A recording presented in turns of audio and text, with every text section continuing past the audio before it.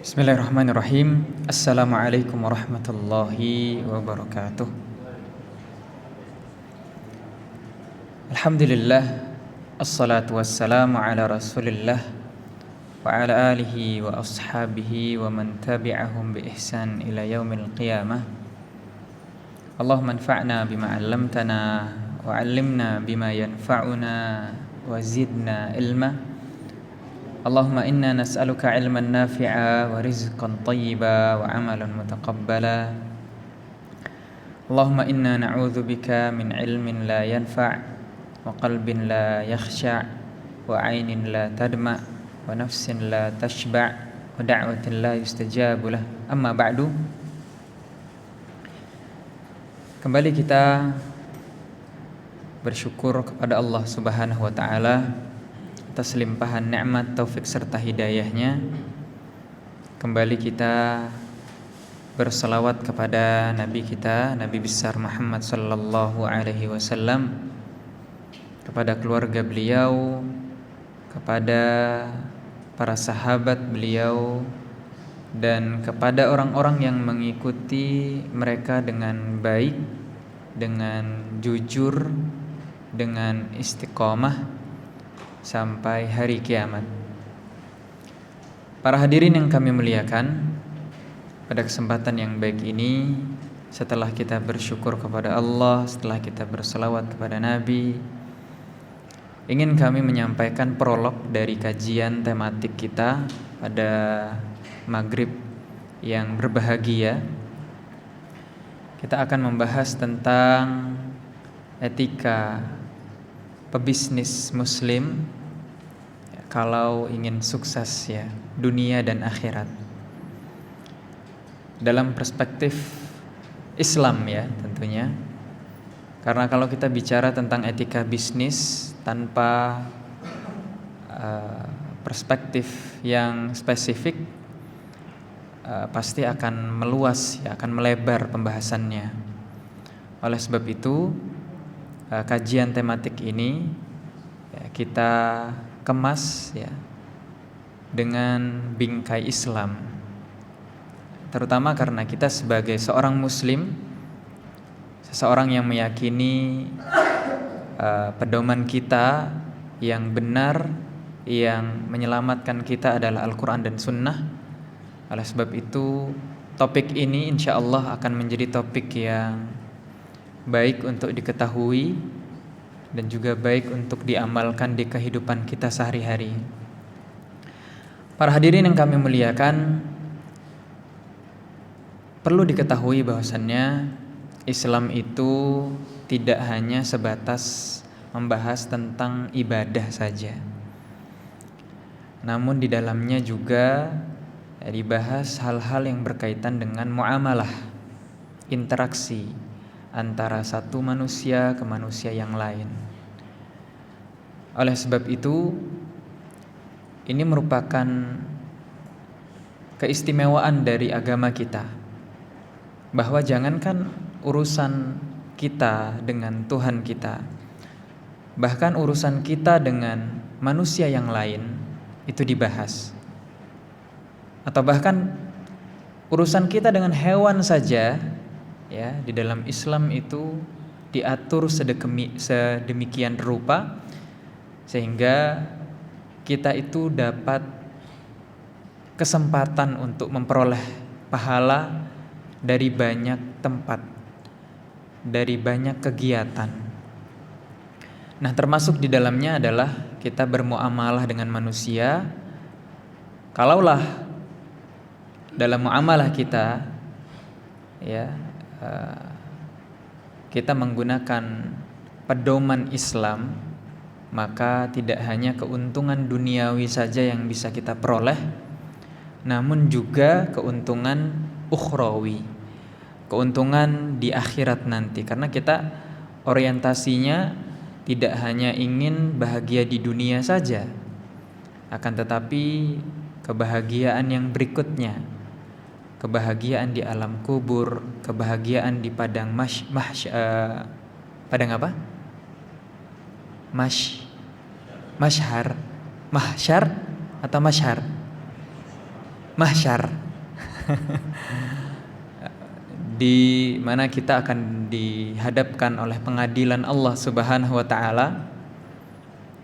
Kita akan dimintai pertanggungjawaban atas nikmat-nikmat yang telah Allah berikan kepada kita.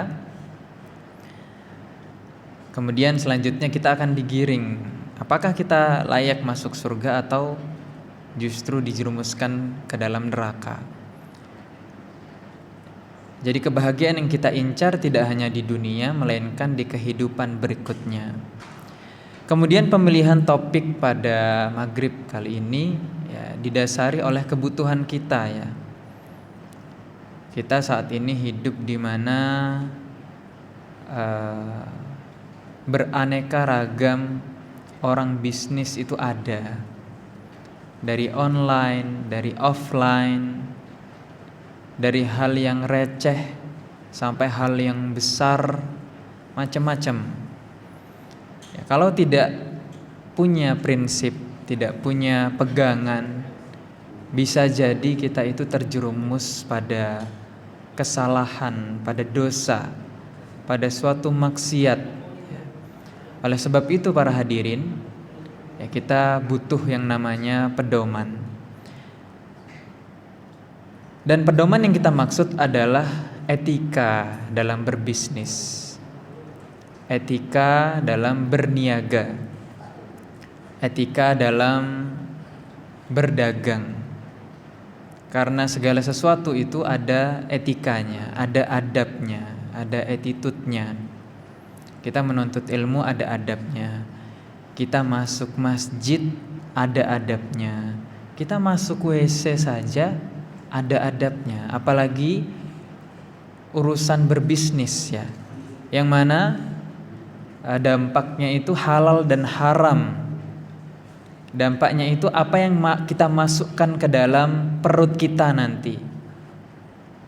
Maka pengetahuan kita terhadap etika yang wajib diketahui seorang muslim, apalagi seorang pebisnis, ini adalah hal yang termasuk darurat untuk diketahui.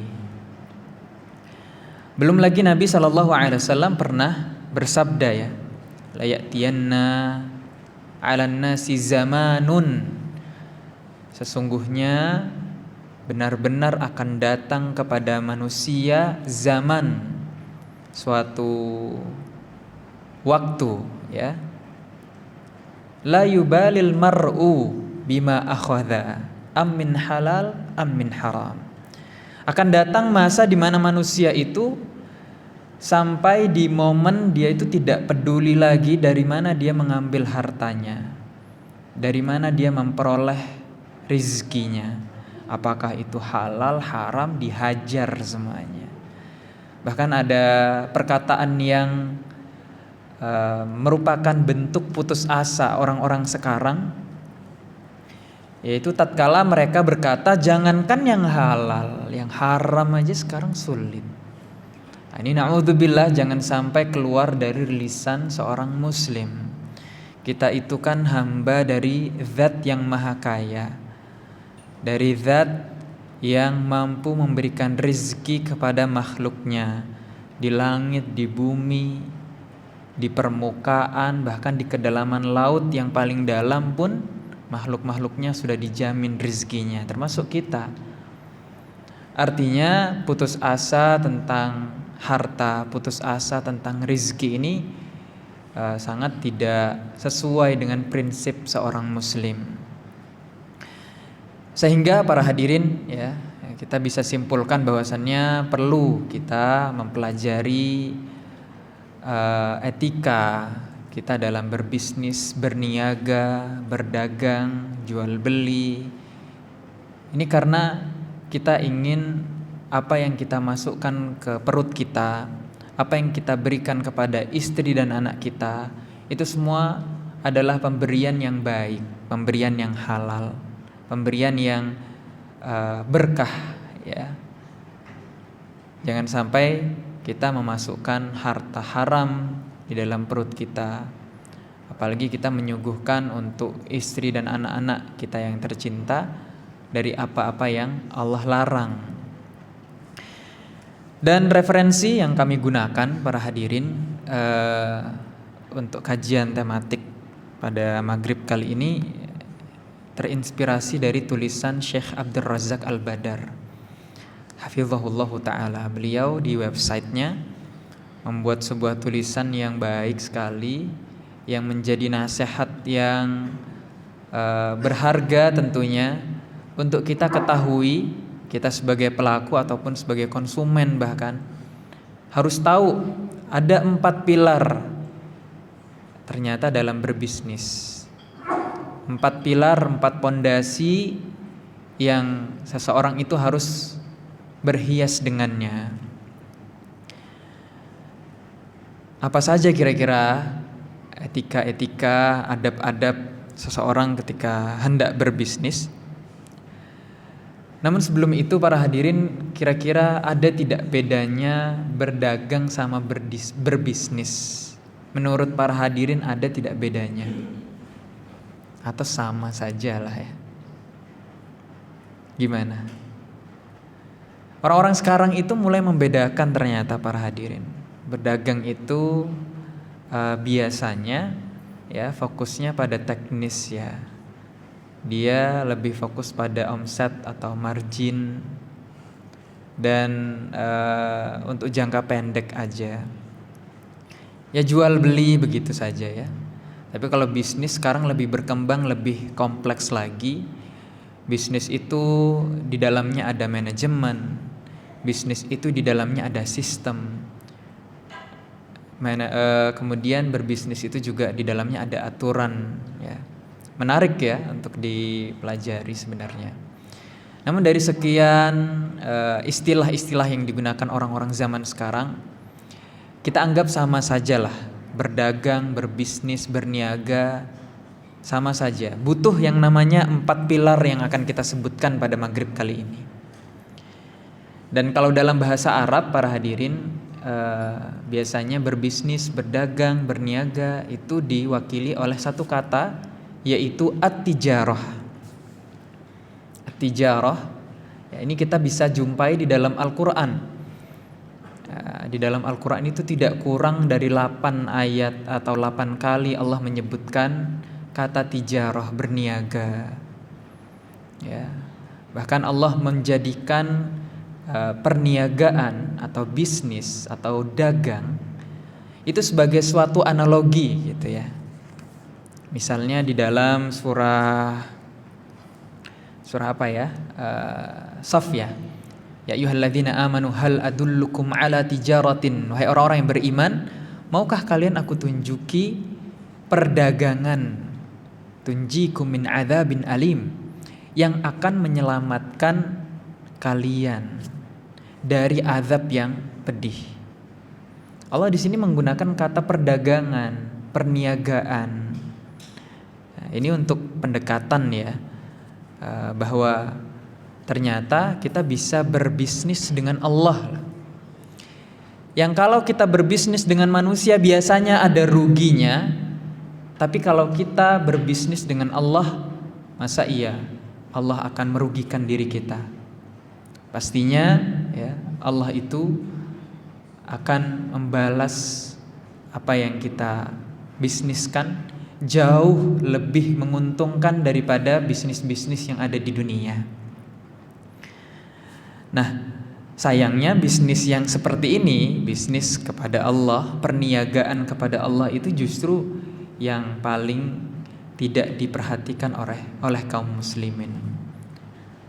Tapi ini ada pembahasan lain ya, bisnis kepada Allah itu bagaimana sih bentuknya ya, kapan-kapan mungkin kita bisa bahas. Kita kembali ke topik utama kita, yaitu 4 etika ya dalam berbisnis, 4 adab ketika kita melakukan perniagaan. Jadi konteks yang kita maksud ini adalah muamalah sehari-hari. Karena kalau kita tidak punya pondasi, tidak punya pilar, tidak punya pedoman, bisa jadi kita terjerumus di dalam perkara-perkara yang Allah haramkan. Dan imbasnya nanti kemana-mana. Dan harapannya para hadirin kalau kita tahu tentang 4 pilar ini, ya kita bisa mengamalkannya dan kita bisa memilih ya pilihan-pilihan bisnis yang mendatangkan kebaikan dan keberkahan untuk kita dan keluarga kita. Di dalam kitab yang musnad oleh Al-Imam Ahmad dari hadis Abdullah bin Amr, Nabi Muhammad SAW bersabda. Ini adalah hadis yang menjadi dasar pembahasan kita pada maghrib kali ini ya. Yaitu Nabi SAW bersabda, arba'un, 4. Idza kunna fika fala 'alaika ma fataka minad dunya. Kalau 4 pilar ini ada pada dirimu, diri Anda sekalian, diri kita semua para hadirin, maka kita tidak akan merugi di dalam dunia. 4 pilar itu apa saja? Yang pertama adalah hifdzu amanatin, yaitu menjaga amanah. Para hadirin yang kami muliakan, apa sih amanah itu? Apa yang dimaksud dengan amanah? Ada yang bisa bantu tidak? Ini supaya hidup majelis ilmu tuh kadang perlu adanya interaksi, supaya satu sama lain fokus gitu ya. Apa yang dimaksud dengan amanah para hadirin? Silahkan yang tahu, boleh bersuara. Ya? Sampai. Amanah itu artinya sampai. Ada lagi? Kan sering ya mendengar amanah. Apa yang dimaksud dengan amanah para hadirin? Ya? Dipercaya. Sahih. Sampai, dipercaya. Ini adalah bentuk-bentuk dari amanah. Amanah itu para hadirin sesuai dengan janji, sesuai dengan akad, sesuai dengan kontrak, sesuai dengan omongan. Amanah itu lawan katanya apa? Khianah. Khianah itu artinya menyelisihi. Ini dasar atau etika yang pertama, menjaga amanah. Wah, di zaman ini para hadirin mau cari orang amanah itu susah atau susah? Susah atau gampang para hadirin? Ya susah ya. Kami beberapa kali menjumpai kawan-kawan yang berbisnis itu selalu mengeluhkan kendala dalam bisnis mereka itu karena rekan kerja yang tidak amanah. Orang kepercayaannya itu tidak ada. Amanah ini ya dampaknya adalah ketenangan. Orang yang amanah dia akan mendapatkan ketenangan, dan orang yang berinteraksi dengan orang yang amanah juga akan mendapatkan ketenangan. Dan menjaga amanah itu tidak sekali dua kali para hadirin. Amanah itu adalah gelar lapangan, bukan gelar akademik. Jadi nggak bisa didapat dari bangku kuliah, dari sekolah-sekolah saja. Nah, ya. Bisa diperoleh, dilatih di sana, tapi gelar amanah ini harus terus dijaga sampai kapanpun ya. Karena satu kali saja kita berkhianat, biasanya susah untuk mengembalikan kepercayaan orang lain. Kita butuh banyak kejujuran untuk mendapatkan gelar amanah, tapi kita hanya butuh satu pengkhianatan kalau kita mau disebut tidak amanah. Betul ya bapak-bapak sekalian? Makanya di dalam hal ini Nabi langsung taruh pilar yang pertama, amanah. Berbisnis itu soal amanah, soal kepercayaan, bukan soal keuntungan. Kalau soal keuntungan saja, maka itu jangka pendek saja. Tapi lebih dari itu, Nabi itu seorang pebisnis yang visioner. Makanya menaruh etika dalam berbisnis dalam kacamata Islam itu sangat cerdas. Beliau taruh di pilar pertama adalah amanah. Karena kalau orang berbisnis itu bukan untuk hari ini saja atau mungkin minggu depan, tapi untuk seterusnya. Kalau bisa bisnis itu diwariskan kepada keluarga. Apa pilar yang pertama, para hadirin? Hifdzu amanah, menjaga amanah. Ya. Dan amanah itu, para hadirin, sesuatu yang menjadi perintah ya di dalam Islam. Karena sebaliknya berkhianat itu adalah sesuatu yang dilarang ya, bahkan sangat dikecam ya. Seseorang bisa saja terjerumus kepada keburukan yang lebih besar lagi hanya karena satu pengkhianatan. Kalau kita ambil dalil ya, dalil dari Al-Quran ataupun dari Sunnah, kita akan dapati sifat amanah itu dipuji-puji dan sifat khianat itu dicela-cela, dicaci maki. Karena memang dampaknya luar biasa. Jangankan dalam hal bisnis, berkhianat dalam urusan pernikahan saja, dampaknya tidak hanya untuk satu orang, bisa ke keluarga, bahkan anak ya. Intinya para hadirin, berkhianat adalah hal yang dicela, sedangkan amanah adalah hal yang dipuji di dalam Islam. Kita coba bacakan satu saja sebagai pengingatlah untuk kita. Nabi SAW pernah bersabda, "Wala taqumus sa'ah hatta yadhhar al-fahsh." Kiamat itu tidak akan datang kecuali muncul yang pertama perkataan keji. Kalau kita lihat di zaman sekarang, orang berkata keji, jorok, vulgar atau kasar itu justru jadi candaan ya. Artinya kiamat udah deket banget ini. Kemudian yang kedua, watafahush. Tidak hanya perkataan keji itu di mana-mana merata, tapi sudah menjadi tafahush, jadi kebiasaan, jadi hal yang dinormalisasikan. Ya, satu sama lain tuh merasa udahlah nggak usah baperan, orang ini kita biasa kok ngomong kayak gini. Ya. Kemudian yang berikutnya adalah qati'atur rahim, memutus tali silaturahim. Ini juga merupakan tanda hari-hari kiamat ya. Wasu'ul mujawarah, dan buruknya tetangga.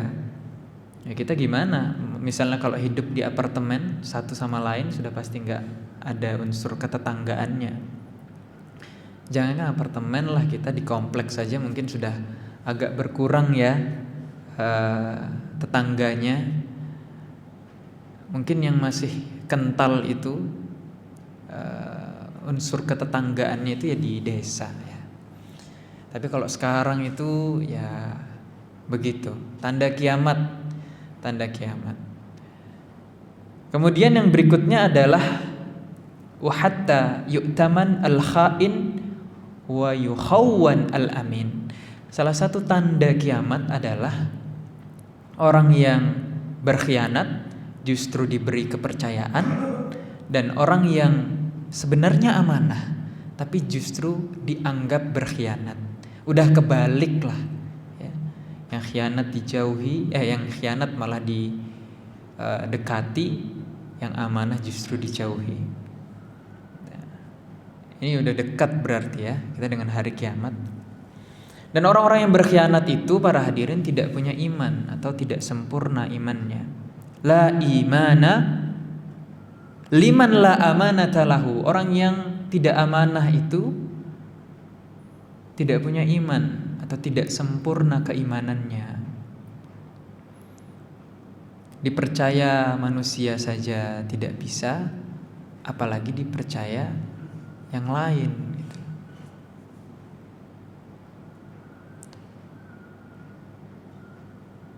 Kemudian para hadirin, masih berkaitan dengan khianat ya. Orang-orang yang berkhianat itu adalah calon penduduk neraka.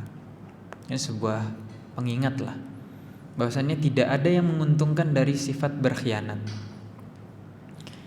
Kadang orang berkhianat itu untuk suatu keuntungan, tapi keuntungan itu tidak diperoleh, justru kemudian ada masalah-masalah yang timbul.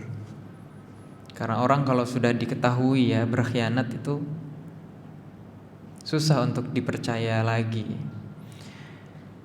Dalam hadis disebutkan wal kha'in alladzi la yakhfa lahu tama' wa in daqqa illa khanahu.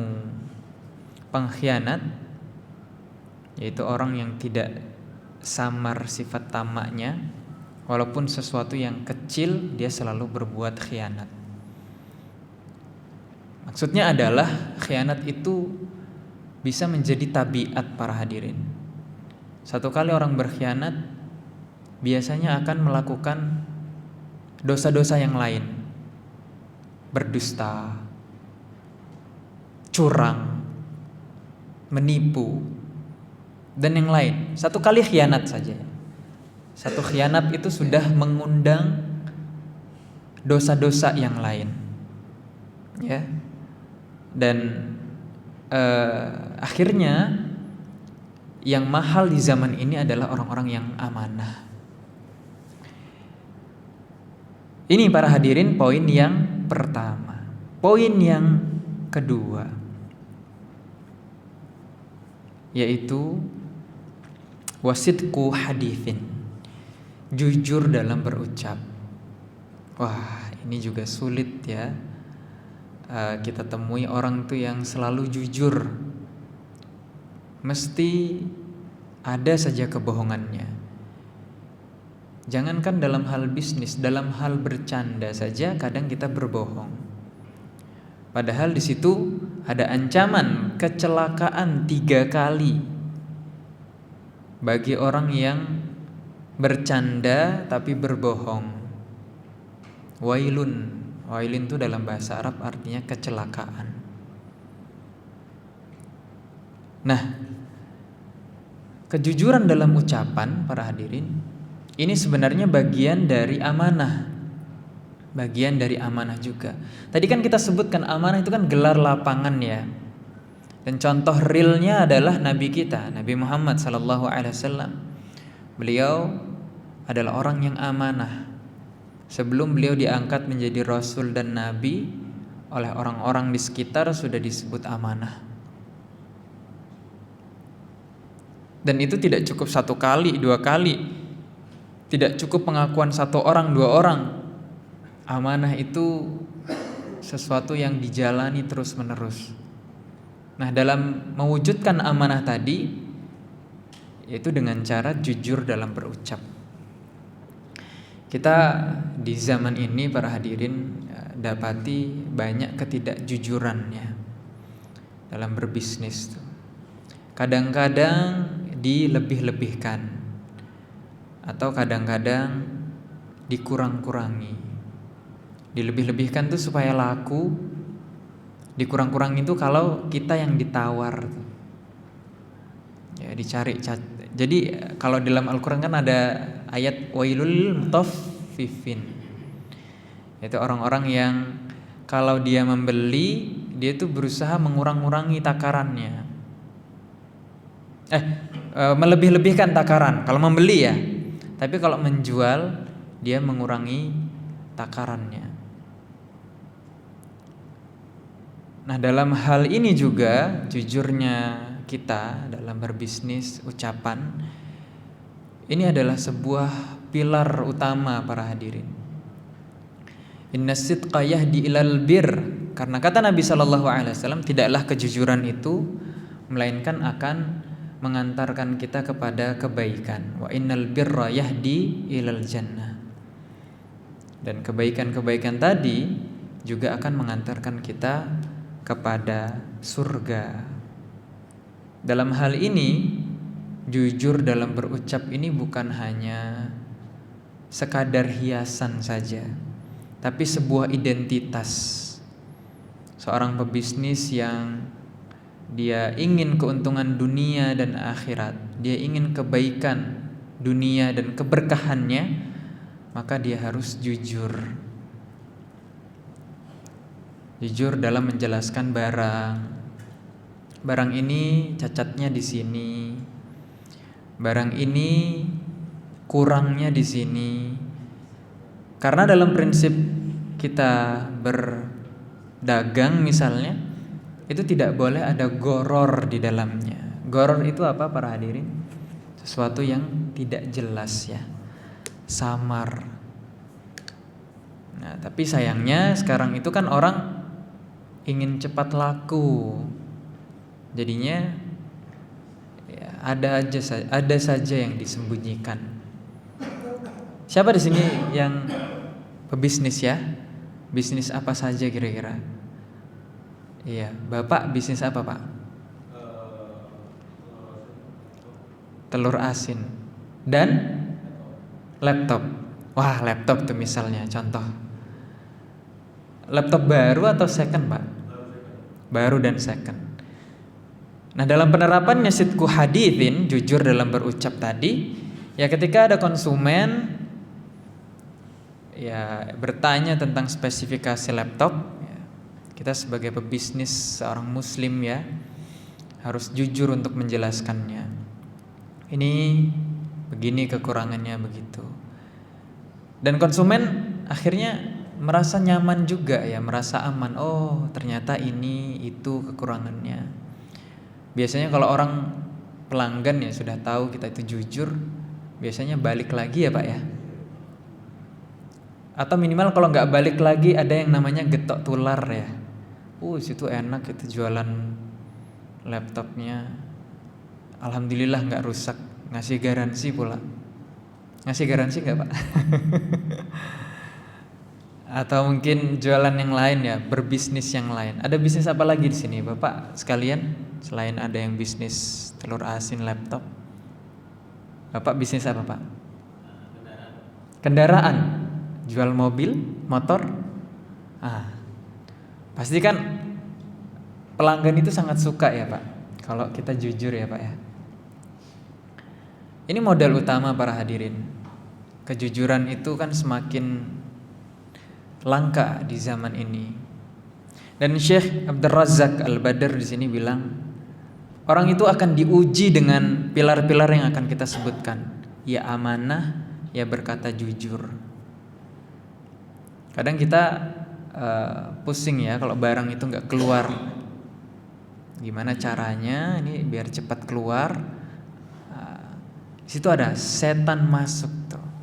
Sisipi saja kata-kata dusta, kata-kata yang tidak sesuai dengan realitas supaya ini cepat laku. Dan ujian di zaman ini luar biasa para hadirin. Untuk berkata jujur saja itu seakan-akan kita memegang bara api. Jujur sama dengan kadang-kadang ya di benak kita atau dalam bisikan-bisikan yang ada di telinga kita, kalau terlalu jujur malah nggak untung. Nah, jadi ya ada saja yang disembunyikan gitu. Dan ini tidak diperkenankan para hadirin.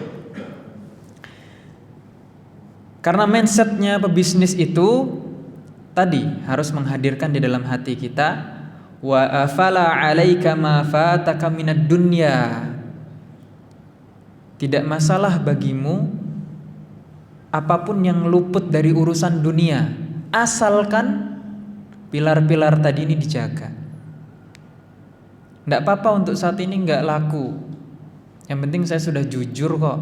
Saya jelasin jujur bisnis saya, dagangan saya. Laku nggak laku ya bukan jodohnya mungkin. Tapi kalau mungkin bohong ya, bisa jadi belum selesai itu urusannya. Nanti kalau orangnya protes, orangnya kembali, orangnya nanti nyebarkan, wah di situ bohong itu.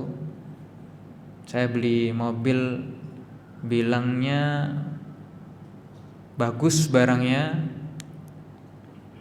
ternyata baru dipakai sudah ada yang rusak, harus diservis. Ya, ada saja gitu celah untuk kita tergoda ya, untuk menabrak hal-hal yang diharamkan oleh Allah Subhanahu wa taala. Makanya kita ingat-ingat nih, selama 4 hal ini kita jaga, maka apapun yang luput dari dunia itu tidak benar-benar merugikan kita. Tadi kan sudah 2 ya. Yang pertama apa tadi para hadirin? Amanah. Yang kedua jujur. Yang ketiga husnu khaliqatin. Lihat bagaimana cerdasnya Nabi Shallallahu Alaihi Wasallam. Husnu khaliqatin, yaitu perangai yang baik. Perangai yang baik atau akhlak yang terpuji. Dalam kita berucap misalnya sopan santun kita kepada orang lain. Kemudian dalam hal kita memperlakukan orang lain yang mungkin dia dalam hal ini dirugikan, misalnya ya, kita berinteraksi, saya jual ini kepada seseorang, misalnya saya jual HP deh, saya berikan garansi seminggu ya, kalau nggak ada apa-apa lewat dari itu ya sudah, bukan tanggung jawab saya. Ternyata HP digunakan belum sampai 1 minggu, hari ke-5 sudah error. Dia datang marah-marah gitu ya. Kadang kita juga bisa balas tuh marah-marah. Santai dong, pelan-pelan dong. Nah, tapi dengan husnu khaliqatin, perangai yang baik, dari ucapan yang tetap teduh begitu ya, sopan, santun. Oh ya, saya kemarin sudah beri garansi, kalau 5 hari masih rusak berarti masih tanggung jawab saya. Orang yang tadinya marah karena sikap kita juga tadi ya netral, tidak ikut tersulut, kalimat-kalimat yang kita keluarkan masih sopan santun, insya Allah ada penyelesaian yang lebih baik. Tapi ada sebagian orang ya, yang kalau pelanggannya udah marah-marah dia ikut marah, ikut ngamuk juga.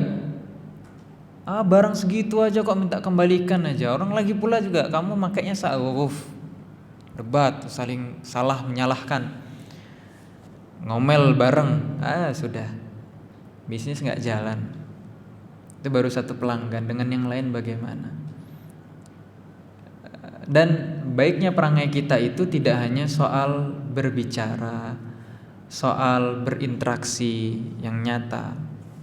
Husnul khaliqatin ini juga kita sebagai seorang muslim ya, oh ternyata fulan ini jaga sholat 5 waktu. Meskipun kita sholat 5 waktu bukan untuk supaya kita itu didekati orang lain gitu ya. Wah ini orangnya sholat berarti kalau berbisnis dengan dia baik, enggak juga. Baiknya kita dalam berakhlak ini kan sebenarnya luas ya. Satu saja misalnya kita menjaga sholat 5 waktu saja, orang itu sudah respect dengan kita. Kami mendapati teman-teman yang berbisnis itu ya, mereka selalu bilang, saya itu ngerasa aman kalau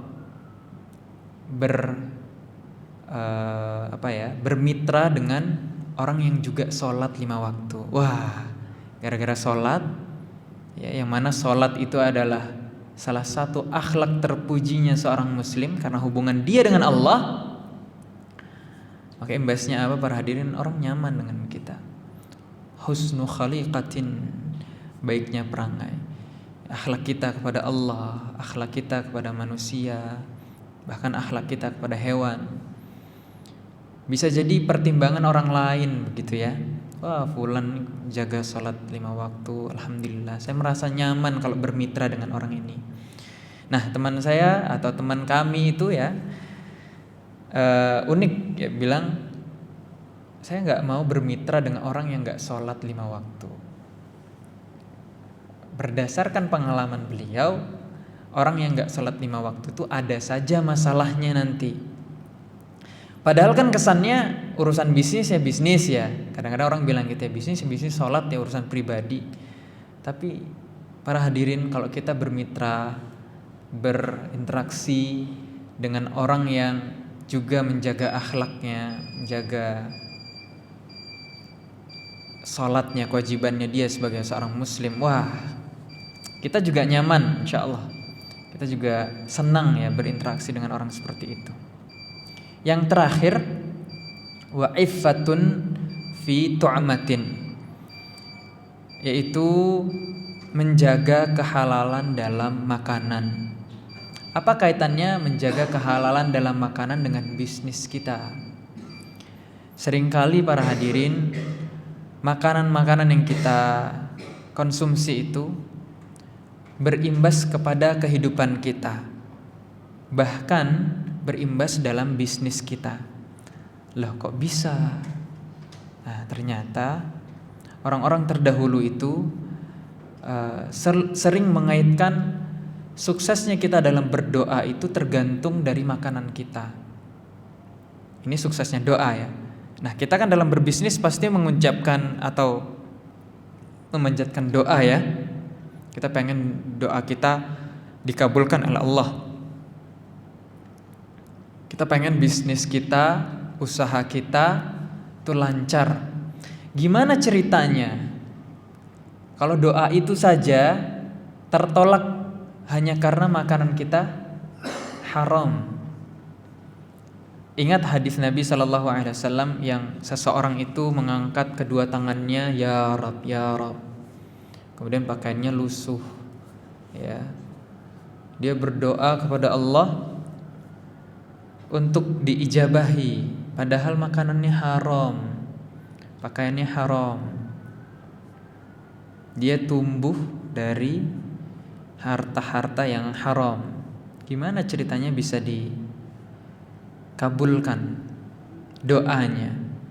Nah, dalam hal ini para hadirin, menjaga makanan saja itu sudah pengaruhnya kemana-mana. Salah satu pengaruhnya adalah ke doa kita. Makanya Nabi SAW bilang, fa anna yustajabu lidzalika, bagaimana bisa orang tadi ya diijabahi doanya padahal makanannya haram, minumannya haram, pakaiannya haram, dia dikenyangkan dengan hal-hal yang haram. Padahal kunci dari kesuksesan kita itu diantaranya adalah doa. Ad-du'a silahul mu'min. Doa itu senjatanya orang beriman.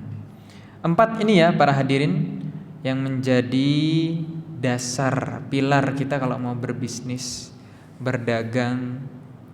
Yang pertama amanah. Yang kedua jujur. Yang ketiga apa tadi ya? Yang ketiga apa para hadirin? Perangai yang baik. Muamalah kita dengan orang lain itu harus yang terbaik. Yang terakhir adalah menjaga makanan, minuman dari yang haram, bahkan pakaian kita.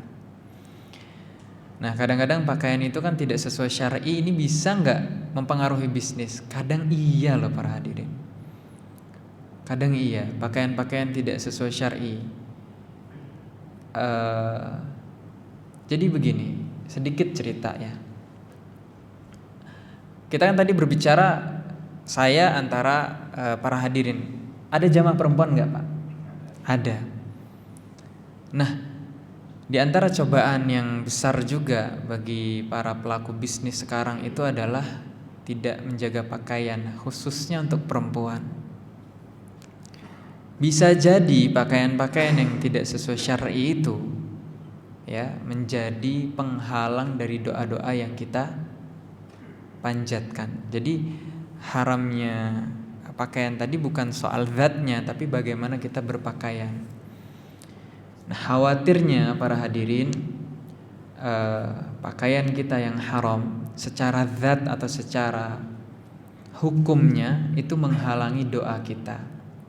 Jadi bagaimana caranya seorang pebisnis, meskipun seorang muslimah, kan orang yang berbisnis sekarang tidak hanya laki-laki, perempuan juga, menjaga keempat hal tadi itu, menjaga amanah, menjaga lisannya tetap jujur, kemudian menjaga akhlaknya, dan terakhir makannya, minumnya, dan pakaiannya, agar ketiga-tiganya sama-sama halal, supaya nanti pengaruhnya ke kehidupan, ke doa terutama, itu menjadi lebih efektif lagi. Begitu ya para hadirin yang kami muliakan. Mudah-mudahan yang singkat ini bermanfaat. Cukup insyaallah, tidak ada sesi tanya jawab Pak ya. Oh biasanya ada, tapi sudah azan dulu. Oh iya, taib. Kalau bisa azan dulu saja, baru kita lanjutkan sedikit kalau ada pertanyaan.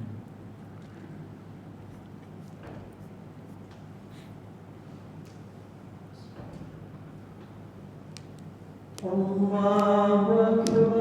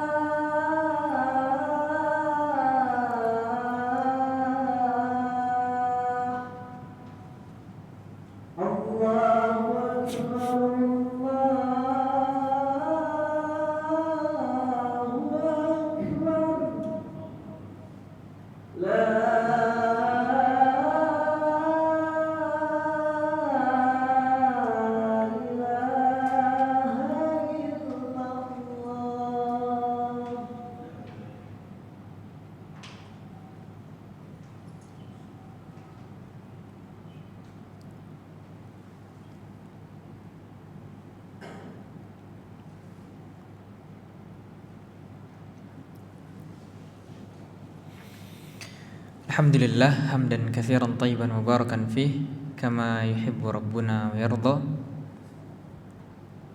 Para hadirin yang kami muliakan, kita coba buka sesi tanya jawab ya. Barangkali para hadirin ada yang ingin bertanya.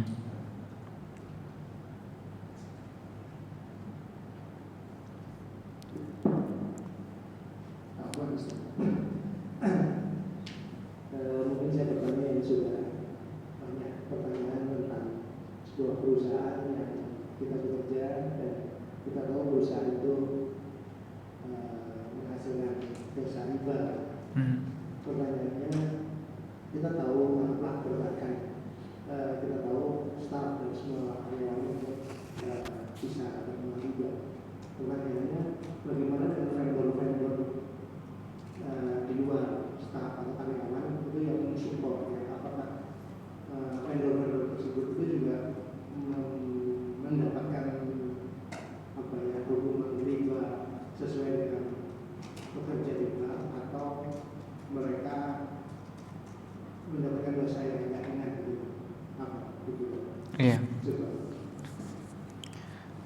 Kaidahnya begini para hadirin, kalau keterlibatan seseorang atau suatu kelompok ya berpengaruh pada eksistensi suatu lembaga yang dia itu adalah pelaku riba, maka yang mendukung tadi, bahkan kalau dia menyuplai makan catering saja misalnya, itu sudah termasuk dia mendukung ya, sudah terlibat, sudah menjaga bank tadi misalnya atau lembaga ribawi tadi tetap eksis, tetap lancar. Jadi keterlibatan kita yang secara langsung dan tidak langsung itu nanti akan dilihat seberapa besar pengaruh kita. Misalnya kita menyewakan tempat, oh ini lebih besar lagi berarti dampaknya. Kemudian ada yang hanya suplai alat-alat kantornya saja, ya itu juga berdampak, tapi tidak sebesar tadi. Nah, masing-masing orang yang terlibat tadi memiliki perannya masing-masing kan. Nah, semakin besar perannya maka semakin terjerumuslah dia dalam keterlibatan transaksi haram tadi. Misalnya dalam hal ini adalah praktek-praktek ribawi. Dia menjadi pelopornya. Bahkan dalam hadis itu Nabi sampai-sampai mendoakan laknat ya bagi yang menaungi kemaksiatan dari pemimpin-pemimpin yang melegalkan. Jadi pemimpin-pemimpin yang melegalkan misalnya praktek ribawi, atau pemimpin-pemimpin yang melegalkan miras tersebar diperjualbelikan di suatu tempat, apalagi di wilayah kaum muslimin, dia mendapatkan laknat. Jadi double untuk pemimpinnya. Kalau untuk pemimpin dia bisa lebih parah lagi daripada hanya supplier atau vendor-vendor yang terlibat tadi. Kaidahnya seperti itu. Seberapa besar peran kita, sebesar itu juga dosa yang kita dapat. Wallahu taala alam.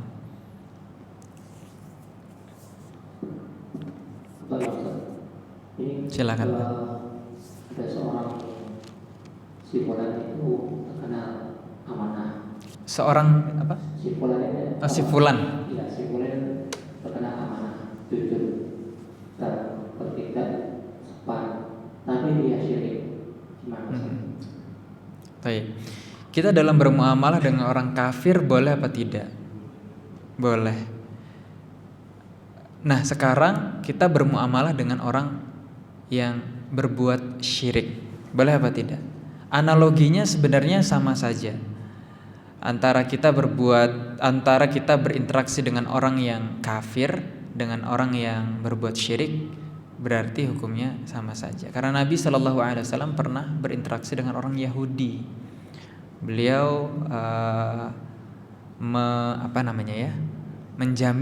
menggadaikan pakaian besi beliau dengan orang Yahudi, yang akhirnya dicicil lah, kan kredit ya, dibayarnya biasanya kredit. Dalam hal ini menjadi suatu dalil kita berinteraksi dengan orang non muslim boleh, orang musyrik juga boleh, selama interaksi kita itu hanya sebatas bisnis itu saja. Kita tidak sampai larut hanyut dalam keakraban yang lain-lain lagi. Urusan kita hanya sebatas bisnis selesai sudah gitu. Yang masalahnya adalah kadangkala kita tuh takut kehilangan pelanggan. Misalnya ya, pelanggan ini tapi musyrik ini. Gimana caranya kita mengikat dia? Nah, dalam hal ini yang kadang-kadang tuh orang kebablasan. Jadi diikutkan undangan misalnya di acara yang berbau kesyirikan, di situ ada pelanggaran-pelanggaran agama. Kita ya, kalau ini nggak ikut, nggak enak. Nanti jangan-jangan dia pilih orang lain lagi. Nah, di situ ujiannya tuh yang luar biasa. Dalam hal ini para hadirin, kita harus teguh ya. Urusan kita hanya dalam perniagaan, perdagangan, dalam hal bisnis saja. Kalau urusan agama, urusan yang lain, ya kita nggak boleh terseret. Bagus lagi kalau dalam hal ini ya kita itu bisa masuk memberikan nasihat misalnya. Jangan kita yang terwarnai dari pelanggan kita, dari mitra kita, dari orang yang berinteraksi dengan kita. Kalau bisa kita yang memberikan warna. Di sini Syekh Abdul Razak Al-Badr menyebutkan kan tadi akhlak yang baik ya. Kenapa beliau di sini menjabarkan lebih banyak lagi tentang ternyata kita dalam berbisnis tuh kadang terseret dengan lingkungan. Yang tadinya kita orang yang jujur, amanah, begitu ya. Tapi ternyata orang-orang pada berbuat curang nih, notanya dimanipulasi supaya untungnya lebih besar. Seakan-akan kita yang salah kalau kita nggak ngelakuin ini, manipulasi nota misalnya, kwitansi itu dimanipulasi, kita yang kayaknya salah gitu. Kok kita nggak ngikutin hal yang sudah dinormalisasi? Nah, di sini maksudnya adalah beliau mengingatkan bahwasannya berakhlak mulia itu harus dipegang teguh, karena dalam dunia bisnis kadang kita berkumpul dengan orang-orang yang menghalalkan segala cara supaya kita nggak terseret sama perbuatan-perbuatan mereka. Dalam hal ini jadi kesimpulannya Pak, kalau mau berinteraksi dalam urusan bisnis tidak apa-apa, asalkan jangan sampai terseret dalam kesyirikannya. Syukur-syukur dalam kita berbisnis itu bisa memberikan pengaruh baik kepada mitra kita, orang lain.